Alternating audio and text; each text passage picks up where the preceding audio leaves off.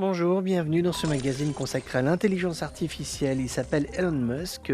Il redoute, Elon Musk, le célèbre homme d'affaires. Il craint qu'il y ait une pénurie de data parce que c'est vrai que l'intelligence artificielle aujourd'hui, les moteurs hyper puissants consomment énormément de données. Selon lui, il y aurait à craindre qu'un jour, ces données qui sont fabriquées par les hommes arrivent à perdition, c'est-à-dire qu'il n'y en ait plus et que les outils d'intelligence artificielle soient perdus, c'est-à-dire qu'il n'y ait plus de quoi se nourrir et donc de quoi substanter la soif de savoir des consommateurs. Google, de son côté, a lancé une nouvelle plateforme qui est tout à fait intéressante, qui consiste à générer des jeux vidéo. C'est-à-dire que c'est l'intelligence artificielle qui devient un game maker. C'est elle qui fabrique les jeux vidéo. C'est tout à fait intéressant. Il y a également ce projet qui s'appelle DALL-E 2 Vidéo. Le nom est un petit peu obscur, DALL-E 2 Vidéo, qui permet lui aussi de générer des jeux vidéo. C'est-à-dire qu'en fait, on fait une description textuelle et puis ensuite, c'est l'intelligence artificielle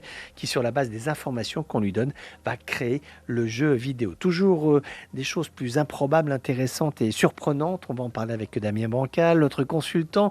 Cela concerne, Damien, cette idée qu'on pourrait reproduire des animaux qui ont disparu de la planète Terre, par exemple des dinosaures et autres animaux des temps anciens. De quoi s'agit-il, Damien? La santé, le monde biomédical s'intéresse à la possibilité de calculer très rapidement pour trouver la bonne molécule, en tout cas le bon moyen de tenter de combattre une maladie.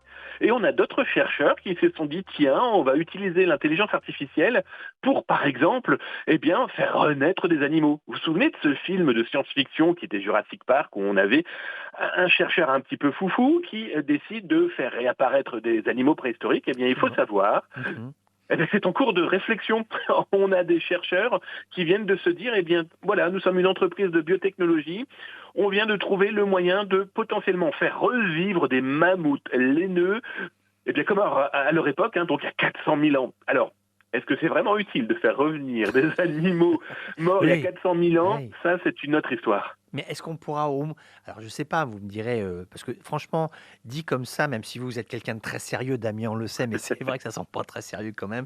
Est-ce que nous pourrons parler avec ces chers mammouths, laineux? Est-ce qu'il sera possible de discuter avec eux? Alors c'est ça qui est fou, c'est qu'on a d'autres chercheurs qui, eux, sont en train de travailler et affirment que d'ici 12 à 36 mois, on va pouvoir donner notre langue au chat via ChatGPT, en tout cas via une intelligence C'est pas artificielle. possible ça. Alors, oui, mais c'est complètement fou. Ils expliquent qu'en fait, chien, chat, baleine ou encore chauve-souris, on va pouvoir travailler, causer avec eux. Alors comment ça fonctionne?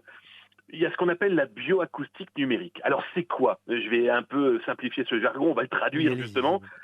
Un chat, un chien, ça ronronne, ça aboie, une chauve-souris, ça envoie des ultrasons et ça communique. Eh bien, avec ces outils de bioacoustique numérique et l'intelligence artificielle, on sera capable de véritablement définir le chant de la baleine, pourquoi mon chien aboie de telle ou telle forme, Mmh. et pourquoi le chat, par exemple,